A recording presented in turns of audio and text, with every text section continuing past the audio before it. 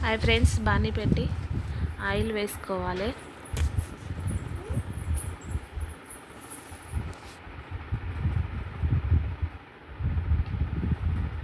ఇప్పుడు దానిలో ఆయిల్ కొంచెం కాగాక జీలకర్ర వేసుకోవాలి.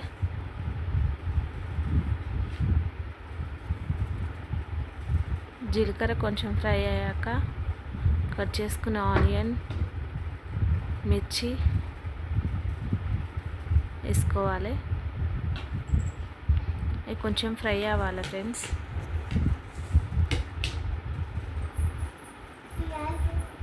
టెన్ మినిట్స్ ఫ్రై అవ్వాలి. 10 మినిట్స్ తర్వాత ఇలా ఫ్రై అవుతుంది ఫ్రెండ్స్.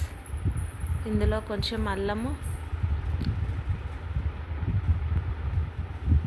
కొంచెం పసుపు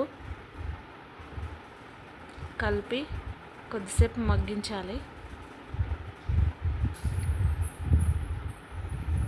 దీంట్లో బీరకాయ ముక్కలు వేసుకోవాలి. అవి కొంచెం కలిపి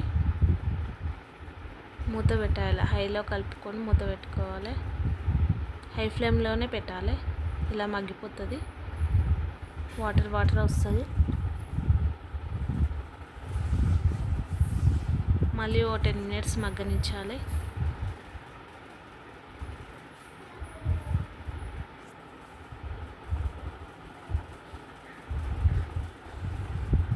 ఇలా అవుతుంది ఫ్రెండ్స్ దగ్గరికి.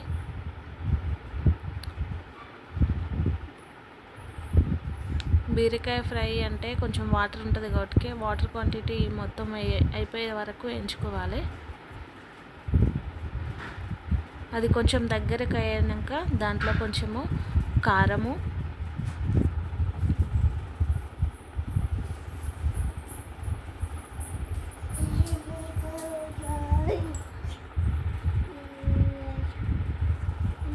సాల్ట్ కలుపుకోవాలి. అది దగ్గరికి అవుతుంది. కొంచెము బీరకాయ కాబట్టి దగ్గరికి అవుతుంది. దాంట్లో కొంచెము ఫ్రై అయినాక లైట్గా వాటర్ వస్తూ ఉంటాయి. అప్పుడు దానిలో కొంచెం వాటర్ వేసుకోవాలి. కలిపి ఒక 2 మినిట్స్ మగ్గనించాలి.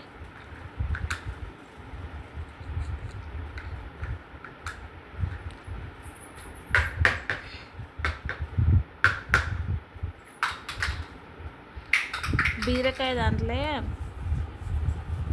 కొంచెం ఆయిల్ అనేది కొంచెం ఎక్కువ వేసుకోవాలి. ఎందుకు అనేది మీకు చెప్తా. దీంట్లో ఎగ్ వేస్తాము, అందుకోసమే. బీరకాయ ఎగ్ కర్రీ కదా, అందుకోసమనే. ఇప్పుడు దీనిలో ఎగ్గులు వేసుకోవాలి.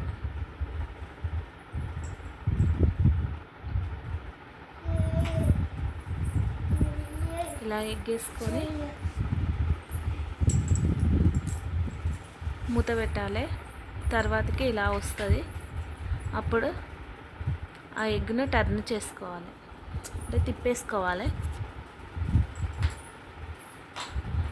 ఒక 2 మినిట్స్ అట్లా ఉంచిన తర్వాతకి దాన్ని కొంచెం కలుపుకోవాలి.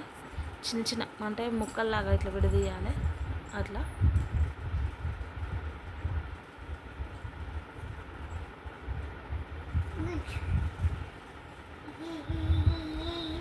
ఇది కొద్దిసేపు మగ్గనించాలి నూనెలోనే.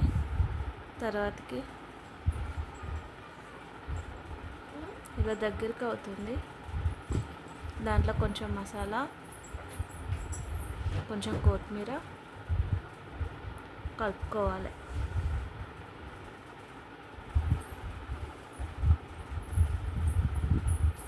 అంతే, బీరకాయ ఎగ్ కర్రీ రెడీ ఫ్రెండ్స్. నా ఛానల్ని సబ్స్క్రైబ్ చేసుకోండి, లైక్ చేయండి, షేర్ చేయండి ప్లీజ్ ఫ్రెండ్స్. బీరకాయ ఎగ్ కర్రీ రెడీ.